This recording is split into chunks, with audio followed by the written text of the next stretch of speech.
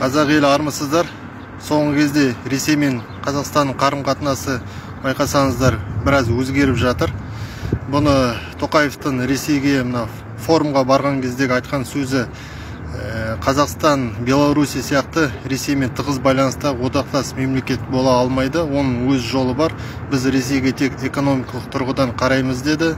Одан кейін кеше Түркістандағы болған жиналыстан ұлттық құрылтайда кеңестік дәуірден қалған атаулардың барлығын өзгертіп, қазақтың еңбегі сіңген өзіміздің атақты адамдарымыздың аттарын ауыстыру керек деді.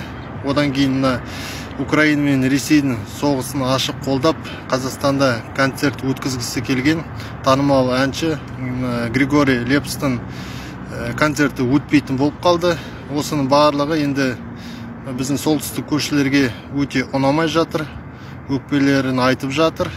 Қазақстан бетперделерін шешті, кім екенін көрсетіп жатыр дейді. Енді бізге де керегі осы. Біздер одан ары қарата Евразиялық экономикалық одақ, ОДКБ сияқты біздің тәуелсіздігімізге нұқсан келтіретін одақтардың барлығынан да біз шығу керекпіз бара-бара.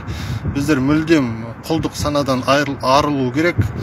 Ресейді старший брат кеңестік үкіметі кезіндегідей аға жаңағындай ел деп, басшы ел деп қабылдаудан мүлдем бас тарту керек.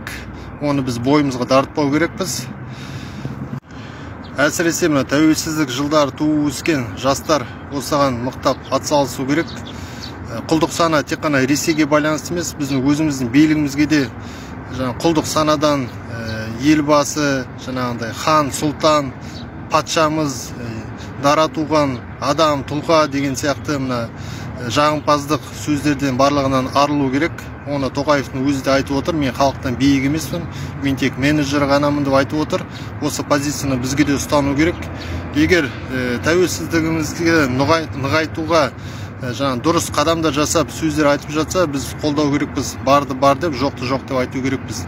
Егер қиыс басып, біздің тәуелсіздігімізге нұқсан келетіндей шешімдер қабылдайтын болса, біздер халық болып, дер кезінде үнімізді айтып, кейін қайырып отыру керекпіз.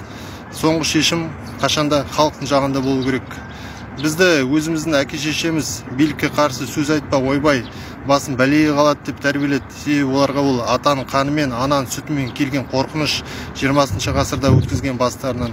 Бірақ біз оны бойымызға тартпауымыз керек. Біз өз ұл-қыздарымызды керісінше айтар ойым болса ашық айт. Бұл мемлекет сенің мемлекетің, ештеңеден қорықпа, мәдениетті түрде айт. Осылай тәрбиелеу керекпіз. Сол кезде біздің тәуелсіздігіміз